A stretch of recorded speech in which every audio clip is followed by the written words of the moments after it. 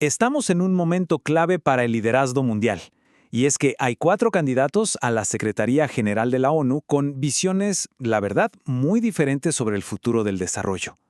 La elección de uno de ellos podría, literalmente, cambiar el rumbo del planeta.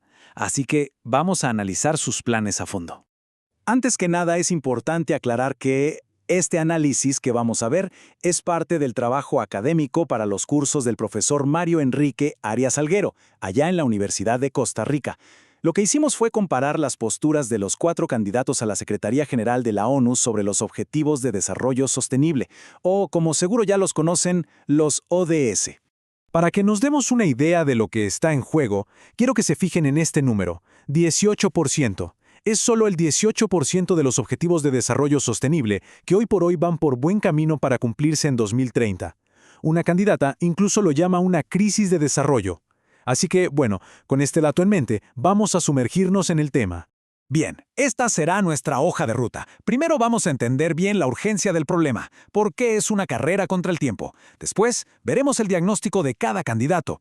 Luego, nos metemos de lleno en sus planes de acción. Analizaremos de dónde piensan sacar el dinero, que es clave. Y cerraremos resumiendo estas 4 grandes visiones. Y es que justamente de eso se trata. La Agenda 2030 es una promesa que le hicimos al mundo, ¿cierto? Pero el reloj no se detiene, y la fecha límite está cada vez más cerca. La carrera contra el tiempo ya empezó.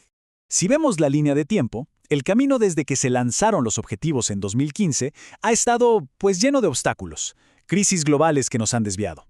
Ahora, en 2024, se adopta este Pacto para el Futuro, que busca preparar el terreno para que quien llegue al liderazgo de la ONU tenga una oportunidad real de rescatar los ODS.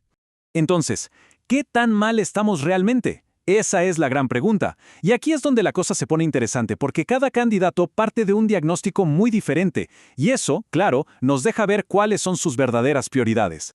Y miren, las cifras que manejan son bastante duras. Rebecca Greenspan nos da ese dato del 18% que vimos al principio. Rafael Mariano Grossi, por su parte, habla de un progreso de entre el 20 y el 30% y lo califica sin rodeos de desalentador. Y es que, claro, cada uno lo ve desde su experiencia. Para Greenspan, es un problema de velocidad. Hay que pisar el acelerador y ya. Grossi, en cambio, dice, un momento, ¿cómo vamos a hablar de desarrollo si el mundo está desviando recursos a la maquinaria de guerra? Macky Sall, con una visión de estadista, ya está pensando en lo que viene después de 2030, y Michelle Bachelet lo ve como la mejor vacuna que tenemos para prevenir crisis futuras. Ok, ya vimos el diagnóstico. Ahora, ¿cuál es el tratamiento? Esto nos lleva directamente a sus planes para implementar los objetivos y, de paso, reformar a las Naciones Unidas. Y aquí vemos 4 filosofías de gestión clarísimas. Greenspan quiere una ONU hecha a la medida de lo que necesita cada país. Grossi dice basta de soluciones genéricas que no le sirven a nadie. Sall busca poner orden en casa, hacer el sistema más eficiente. Y Bachelet quiere darle más poder y recursos a la gente que está trabajando en el terreno. El contraste aquí es fascinante. Por un lado, Greenspan propone una reingeniería total, casi como desarmar y volver a armar el motor de la ONU para que funcione en base a resultados. Por el otro, Grossi dice, miren, olvidémonos de los grandes discursos de las conferencias y empecemos a lograr victorias pequeñas pero medibles en cada país. Pero claro, todo esto suena muy bien en papel, ¿verdad? La pregunta del millón es, ¿de dónde va a salir el dinero?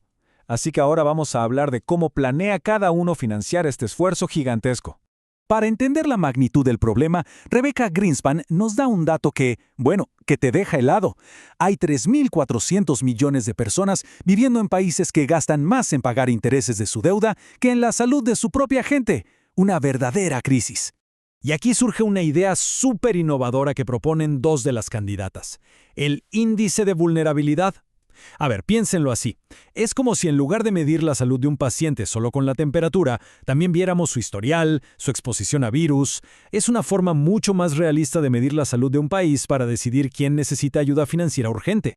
La postura de Bachelet es muy directa. Se basa en principios de justicia. Ella dice que pagar las cuotas a la ONU no es opcional, es una obligación legal. Y sobre el clima, su punto es simple. No se le puede pedir a quien sufre una crisis que no causó, que además se endeude para solucionarla. La ayuda debe ser directa, en subvenciones, no en préstamos. Greenspan, en cambio, va directo a la sala de máquinas del sistema financiero global. Su idea es meterle muchísimo capital a los grandes bancos de desarrollo para que, digamos, abran el grifo y atraigan inversión privada. Y muy importante, quiere revisar las reglas de las agencias de calificación porque dice que hay sesgos que le están saliendo carísimos a los países en desarrollo. Y luego tenemos a los otros dos. Macky Sall, con su experiencia de jefe de Estado, propone crear nuevas herramientas, como una especie de seguros, para que invertir en países en desarrollo sea menos riesgoso. Y Rafael Grossi, fiel a su estilo diplomático, quiere sentar en la misma mesa a los políticos de la ONU con los financieros de Washington para que dejen de pelear y por fin se pongan de acuerdo. Ok, ya vimos el diagnóstico, el plan de acción y el financiamiento. Ahora, si juntamos todas las piezas, ¿qué es lo que tenemos? Pues 4 perfiles de liderazgo, 4 arquetipos muy, pero muy distintos para el futuro de la ONU. Podríamos resumirlo así. Tenemos a la arquitecta financiera, Rebecca Greenspan, que ve las soluciones en los números y las estructuras. Luego está el diplomático pragmático, Rafael Grossi, convencido de que todo empieza por sentarse a hablar. Macky Sall sería el estadista racionalizador, enfocado en que la maquinaria funcione mejor.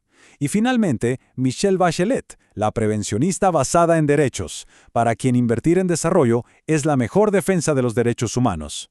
Y todo esto nos deja con la pregunta final, ¿no? ¿Qué tipo de liderazgo necesita el mundo en este preciso momento? ¿Un técnico de las finanzas? ¿Un diplomático pragmático? ¿Un gerente que optimice el sistema? ¿O un defensor de los derechos como herramienta de prevención? Porque la respuesta no solo va a definir el futuro de los ODS, sino el mismísimo papel de las Naciones Unidas en las próximas décadas.